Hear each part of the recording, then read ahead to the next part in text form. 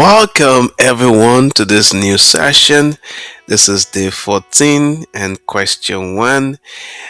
Guys, I must say kudos to you if you have followed us thus far, and it's getting interesting as day goes by day. All right, so today we're gonna be focusing on still time functions but different concept. Okay, we'll be using grouping set in this case. Just follow closely, and then we're gonna look at some new concept as we'll deal with this particular solution. You must know at this point that every video there is something interesting to learn. All right, so let's dive into this use case. Finance and analytics teams need a unified view of revenue across yearly, quarterly, and monthly levels to identify macro level trends, seasonal patterns, and turning point in performance over the past 24 months. The goal is to simplify multi-granularity analysis without running separate queries. Please take note of that. Now, your action here is to generate a single multi-level revenue summary using SQL grouping set to efficiently calculate yearly, quarterly, and monthly totals. Share the resulting hierarchical trend view with finance, highlighting key variances, seasonal inflection point, and areas requiring deeper investigation.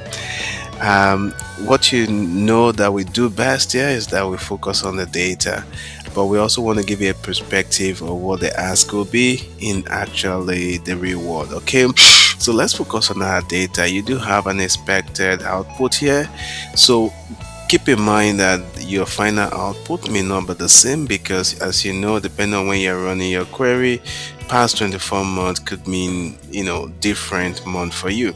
All right, so with that being said, let's quickly go to our our lab to be able to perform and solution this particular use case. Before we do that, let's quickly go over the template. Right, what table are we talking about here?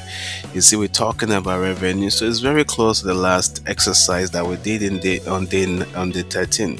All right, so and here also we're looking at 24 months, which is going to be part of a filter, and also in terms of the level of dimension, we are looking at yearly, quarterly, and monthly. Please take note of that, and we're looking at revenue. So really we're going to be focusing on the other table. Okay, so now let's quickly go back to what we have here. Just give me 1 second. Okay, so let's run this last one we did for something. Okay, let's do that again. All right, and then let's try this. Oh, sorry, I shouldn't have this guy. Okay, beautiful. Anyway, yeah, so let's comment this out, and then let's start our solution. Now we're gonna use most of what we have here, so I'm just gonna copy exactly what we did on day 13. So let's copy this, let's paste it right here, let's uncomment and then let's remove what we don't need.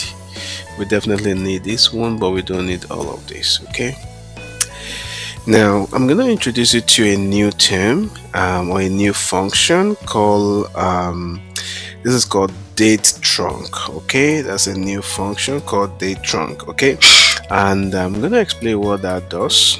So date trunk, and then we have year.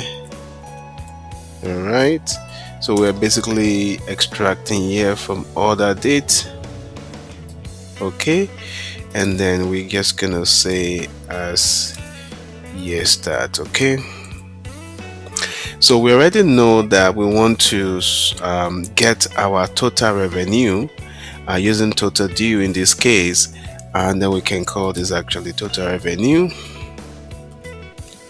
All right, and at the year level. Okay, so basically let me quickly show you the date trunk just for a second. Let me me show that quickly to you. So for the date trunk, if you look at the documentation, one thing you find about this function is that it does return timestamp. Okay, say for example you are trying to extract an hour from a timestamp.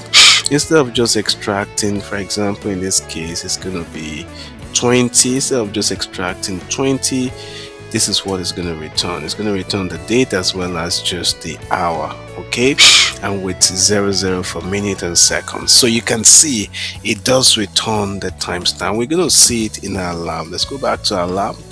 And so when you run this, let's add group by. We know that by now, right? Go by 1, and let's run this. Okay, so we need a comma here. Okay, let's try that again. Beautiful, guys. So you can see it's returning a timestamp, and that's not what we want for this solution. Okay, and so what we're gonna do is I'm gonna show you something. You're gonna use cast. We usually use cast if we want to convert to a new particular data type. So here we'll say cast this particular value, that is timestamp, from the output as date. Okay, and then I'll show you the shortcut. Okay, so once we do that, let's run that. Beautiful. You can see it now casted as date. Now one way we can shortcut this, I'll show you quickly. So it's just some trick. At this level you need all the tricks so that it makes your work more efficient. Okay, and then instead of this we just remove this guy, and so instead of using cast we had this double column, and it will work the same way. Let's run it again. You see it works the same way. So anytime you see you have double column and the data type, just know it's working exactly as cast would typically work. Now first problem solved. So let's comment this. We're going to copy this.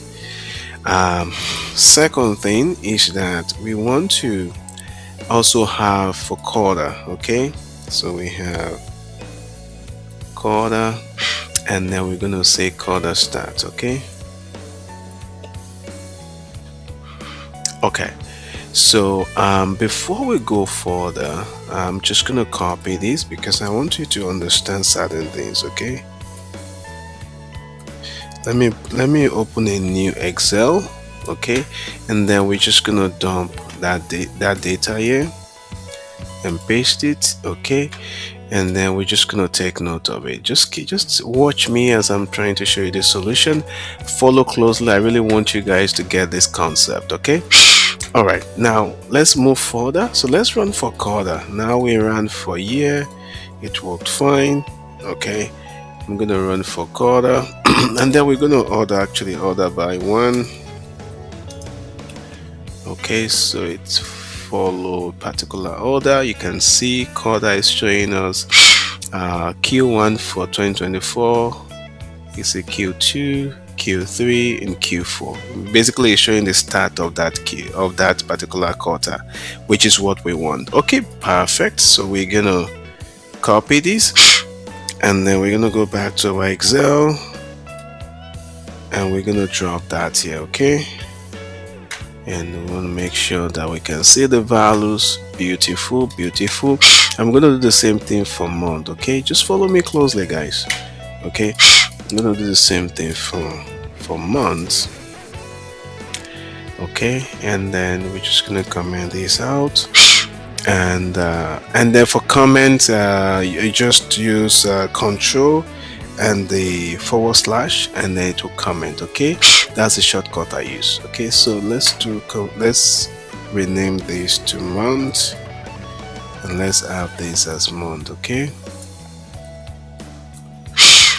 so let's run this. Okay, beautiful, guys, and you can see we have from the last 24 months. So we're gonna copy this, and we're gonna go back to our Excel again, and then we're gonna paste that. Beautiful, guys, this is awesome. Okay, now we have this value. Okay, the question in front of us is, how can we return all of this value in one particular query? Okay, say we want to have all of this aggregation in one particular query. Now you might be tempted to say, oh, that's very simple, we've done this in a previous lesson, so let's uncomment everything and run it. Okay, now and then we're going to group by, because we have three dimension, 1 2 3, and then this aggregation, so we have 1 2 and 3, and then we're also going to say 2 and 3. Okay, so let's run that. Wow, so you can see this is duplicated. That's not what we want, because then we have to physically add all this together for us to get the aggregation.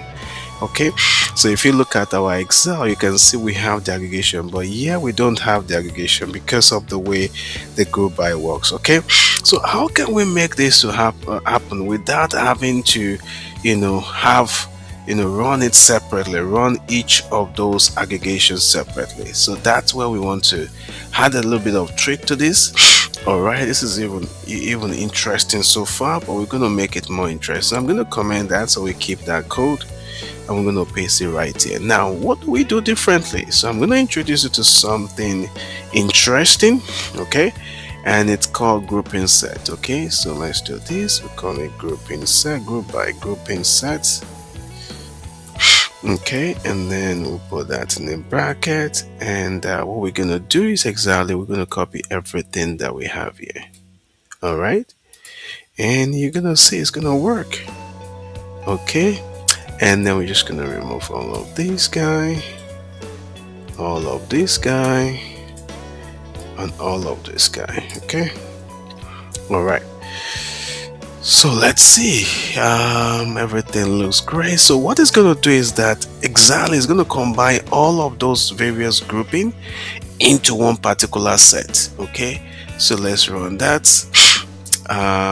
Let's see, grouping set, right? Let me just see. Oh, I have to add S here because not it's okay. I have to add S there.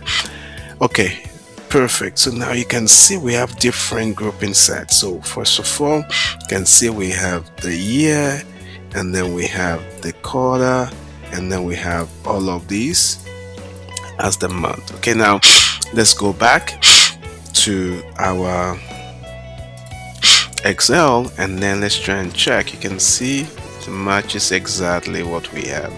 If you look at here, it matches exactly what we have, and here as well it matches exactly. Guys, that is how to do it. This order by, for example, you can say north last, right? And when you run that, it should work fine. And obviously you know that if you can say last, you can say first, and you can also check documentation. And when you say first, you can see it pull these to the so it basically bring north first before the actual values. So there are a few things you can do with that. Okay, also if you need to change the order, for example, you can say in descent, you can see here it's starting at 2024, but when you say descending, north first is going to start at 2025, and north is going to be above. And when you run that, you can see it switch this over. So we can still leave it as north last. Okay, and that should be it. All right, guys, I know you've learned one thing or the other. Every time you come on our session, you always know that you will learn one or two things, because we have a couple of tricks we want to teach you to empower you to do your work more efficiently and ensure that you're excelling at what you do. Thank you so much for listening and watching, and I'll see you in the next session.